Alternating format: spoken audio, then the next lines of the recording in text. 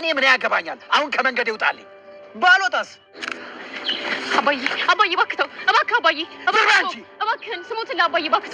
ባለፈው ከቢሮ ወረቀት ይዞልኝ የመጣውን አንተን አይተሽዋል አይደል? አዎ ወኩት። ምን ነው? እንደው እባክሽ ተጠንቀቂ ልጅ። ሴት አይቶ ማለፍ አይችልም። ቢሮ ውስጥ እኮ የቀረው ሴት የለም ማለት። ከሁሉም ሴቶች ጋር ተኝቷል እኮ ነው የምልሽ። በስመ አብ እትዬ፣ ምንድን ነው የሚነግሩኝ? እቀፈኝ። ሰው አቅፎኝ አያውቅም። እኔንም እኮ ማንም አቅፎኝ አያውቅም። ኖላዊ ክፍል 21 ደስ የማይል ነገር ተፈጠረ። ሰላም ተመልሳ እዛ ሰውዬ ጋር መሄድ ጀመረች። እሱ እና እትዬ ህመምሽ ምን እንደሆነ እየጠየቁኝ ነበር። ህክምናው አጠቃላይ ይፈጃል ያለኝ እስከ 400 ሺህ ብር ነው። እኔ ደግሞ እጅ ላይ ያለው 50 ሺህ ብር ብቻ ነው። ሰላም እያትቆጪ ልንገራቸው እትዬ፣ የሰላም ህመም እኮ የማህፀን ቁስለት። ምን? አዎ እትዬ፣ የተወሰነ የማህፀን ቁስለት ነበረባት። ከዛ ደግሞ የወር አበባዋ ተዛባ። ሰሊና እያሾፍሽብኝ ነው እንዴ? ቆይ ለምን አሾፋለሁ? ሰሞኑን ስራ ስለነበረኝ አላሰብኩበትም። እንዴ አንተ ምንድን ነው የምትለው? አባቴ አትበለኝ አልኩህ እኮ። እሺ ይቀርብኝ ይሻላል። ሰማኸኝ አይደል? ሰምተኛል አይደል? ኖላዊ ድራማ እንግዲህ በክፍል 22 ላይ እንደተመለከት ነው ማለት ነው። አንተነህ የሚፈልገውን ነገር ዛሬ ላይ ያገኘ ይመስላል ማለት ነው። ምክንያቱም እንግዲህ ምናሴን ጠይቆት ነበረ። የሀና ስልክ ቁጥር ታውቀዋለህ ወይ? እንዴት ነው እሷን ማናገር የምችለው? በማለት እንግዲህ በባለፈው ፓርት ላይ ቀጥታ ክላሱ በመግባት ጠይቆት ነበረ። ምናሴ ግን እጅግ በጣም ተናዶ ነበረ እንደዛ ሲጠይቀው ማለት ነው። ስለዚህ ያለው አማራጭ በሰላምዬ በኩል መቅረብ ነው። በስስ ጎኗ ገብቶ እንግዲህ ያው አንተነህ ሰላምን እንደሚወዳት እንደሚያፈቅራት እንዲሁም ደግሞ የድሮ ፍቅር እንደተነሳበት አስመስሎ እንግዲህ እንደገና ቀርቧታል ማለት ነው። የቀረባት ግን ወዷት አፍቅሯት ወይንም ደግሞ ፈልጓት ሳይሆን እንግዲህ ሀናን እንዴት ማግኘት እንዴት ስለራሱ ማድረግ እንዳለበት አማራጭ እንግዲህ የተጠቀመው ደግሞ ከሰላምዬ ጋር መቀራረብ ነው ማለት ነው። እና ሰላምዬ ደግሞ እጅግ በጣም ትወደዋለች፣ ታፈቅረዋለች። ያለውን ነገር ግን አሁን ላይ ለሀና እያስረዳቻት ትገኛለች። ምክንያቱም ሀና ትመክረኛለች ወይንም ደግሞ የሆነ ነገር ባጠፋም ትመልሰኛለች ብላ ስለምታስብ ይመስለኛል ያለውን ነገር ሁሉ ለሀና እያወራቻት ነው። በነገራችን ላይ ይደውልላት እንጂ የሆነ እሱ ውስጡ በጣም መጥፎ እንደሆነና እንደማይፈልጋት ራሱ እየነገረቻት አይደለም። እንደሚወዳት፣ እንደሚያፈቅራት፣ እንደሚመኛት እንዲሁም ደግሞ ላገኝሽ እያለ እንደሚደውልላት ያለውን ነገር ነው የምትነግረው ማለት ነው። እና እጅግ በጣም እሷ እጅግ በጣም ከሱ በላይ ትወደዋለች፣ ታፈቅረዋለች። ግን ይህ ስስ ጎኗን ተጠቅሟል ማለት ነው። እንግዲህ ወይዘሮ አልማዝ ማለት ነው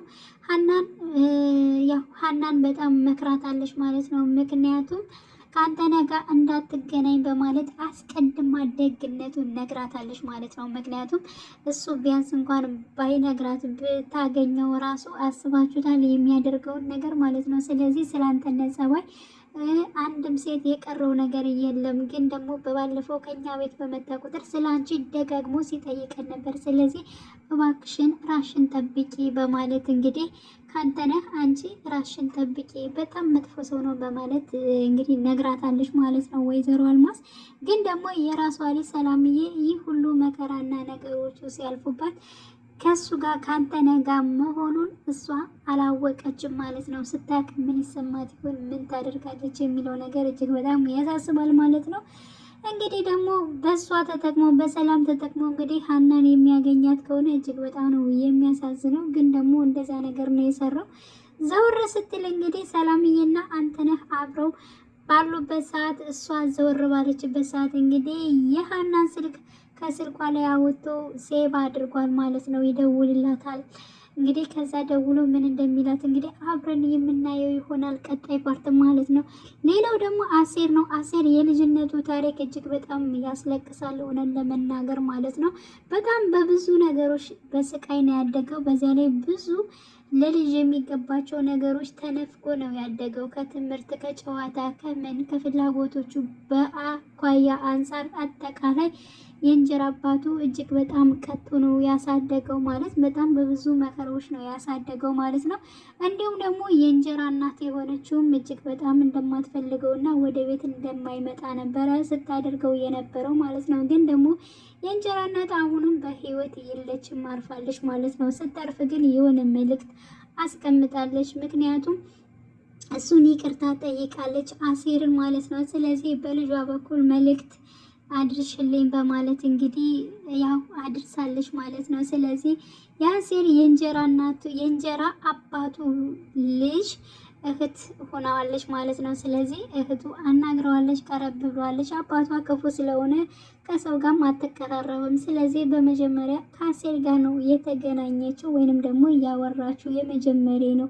እባክህን እቅፍ አድርገህ እንደ ወንድም እቅፍ አድርገኝ፣ እስከ ዛሬ እኔ ማንም ሰው አቅፎኛ አያውቅም እያለች በጣም በሰው ተርባ የቆየች ነች ማለት ነው። እና እንግዲህ ከእሷ ጋር መተዋወቃና ከእሷ ጋር አብረው መሆናቸው እጅግ በጣም ለሱም ጥሩ አጋጣሚ ነው ብዬ አምናለሁ ማለት ነው። ስለዚህ አሴር እንዲማ በቀላሉ አለቅህም፣ የገንዛ የቤተሰቦችን ንብረትማ አስመልሳለሁ፣ ብሰጠኝ እንደዚሁ የፈለኩትን ያክል ብር ይሻል ነበር በማለት እንግዲህ እየዛተ ይገኛል ማለት ነው። ማድረግም መሆንም አለበት ብዬ አምናለሁ ማለት ነው። እና እጅግ በጣም የሚያጓጓ ፓርት ላይ ነው ያለው ማለት ነው።